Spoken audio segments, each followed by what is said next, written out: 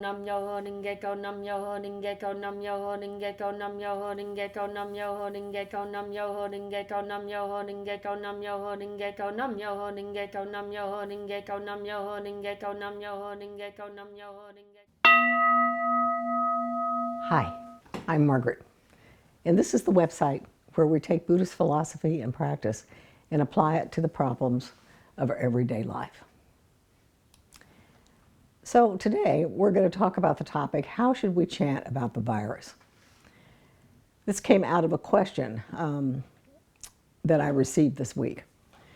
But before I get into this topic, I just want you to know that these are my opinions. I'm not representing anybody else. Now, we all know Buddhism is reason, and I think that reason is important when looking at something as panic-producing as the COVID-19 virus. So let's take a look at some of the CDC stats to see if we can get a fix on what's going on here. 3 years ago, the flu epidemic had at its height 45 million people. Out of that 45 million people, there were 654,000 deaths. In 2019, there were 32 million who caught the flu and 18,000 died. Initially, with the COVID-19 virus, health officials said that that 81% of the cases are so mild that people don't even know they have it. 14% are moderate and 5% are acute. That 5% seemed to center around frail older people who have underlying health conditions. It was clear that this virus spread very rapidly, but didn't appear to be anywhere near as serious as the flu. However, in the last 24 hours, the reports have taken a more serious turn, saying that COVID-19 is 3 times as lethal as the flu. It is discussed in the following by Richard Hatchard, who is the CEO of the Coalition of Epidemic Preparedness and has a 20-year career in the field. He explains the long-term dangers of COVID-19.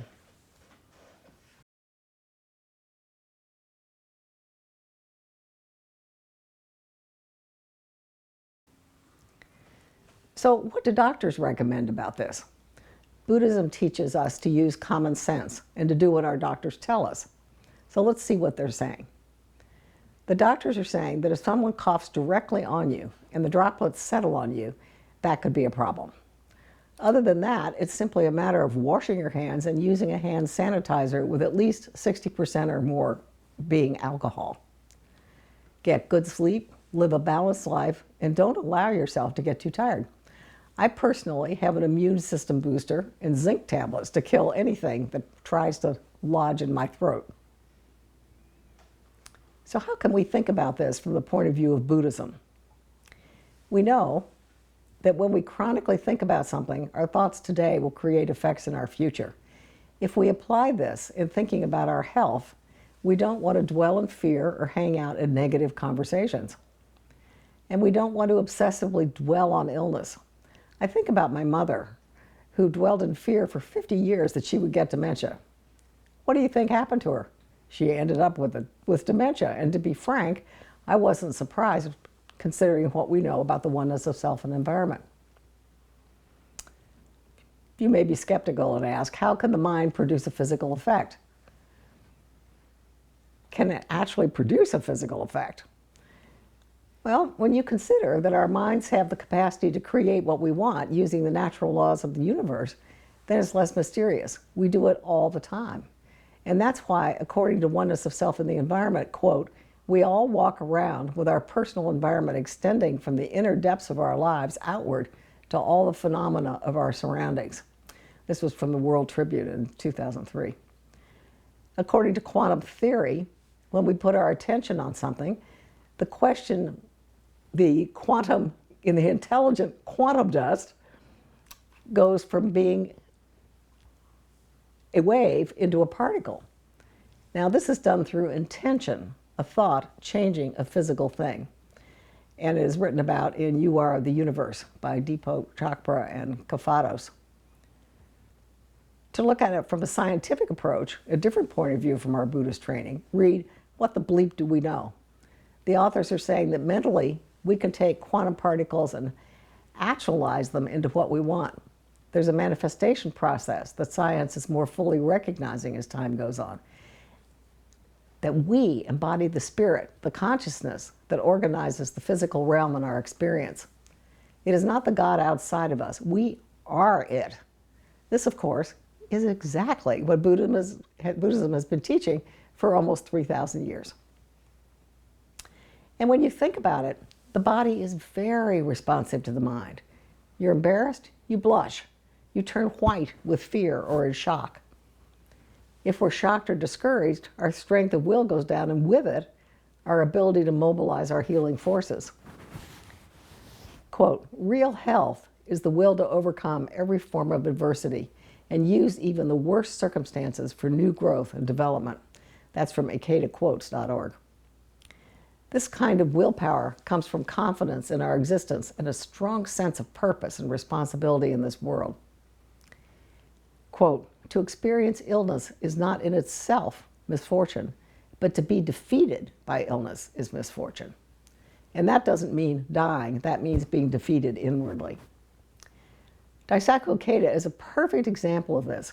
When he was a young man, he had TB, and his mentor, Jose Toda, wasn't sure he would live to be 30. But Ikeda took it on, and with prayer and strength of will, built the SGI while battling the disease. We all know how successful he's been, as in January he turned 92. So he extended his life by 60 years. None of us are governed by what appears to be reality on the surface of life. When fearful, it's important to remember we have a power within that's more powerful than any circumstance and also has the answers to any questions you might have. When we have doubts as to whether we can deal with illness or whether our prayers will be effective, we're setting up barriers in our lives with our own limited thinking. We also set up barriers when we decide that something isn't possible, so remain open to all possibilities. Now let's talk about how should we chant about the virus. First, when we chant for any challenge, we set a goal for what we want to have happen. In this case, you want to be perfectly healthy. This is your goal. 2, when you chant, pay attention to any ideas that come up for things you might do to keep yourself healthy. And 3rd, if you get such an idea, take action on it. Finally, have gratitude every day for your perfect health. And since Buddhism is reason, take the advice of your doctors and wash your hands more frequently and live a balanced life. So in summary, today we discussed some of the statistics from the CDC over the past flu years, where many people died from the flu. And then we discussed current cases of the COVID-19 virus, where initially it was thought to be milder than the flu, but recent reports are now saying it's 3 times more lethal. We covered doctors' recommendations on how to take care of ourselves. And we talked about guarding our thoughts, since our thoughts can negatively affect our bodies. And finally, we discussed how we can chant about the virus. So here are some other URLs for you. Number 1, recognizing signs of fundamental darkness. Number 2, here's a method to handle fears that arise while chanting. And 3, do you know why it's possible to chant for a positive goal? And thank you so much for sending me ideas for topics in your comments. I love hearing from you. And I'll be in touch again in 2 weeks.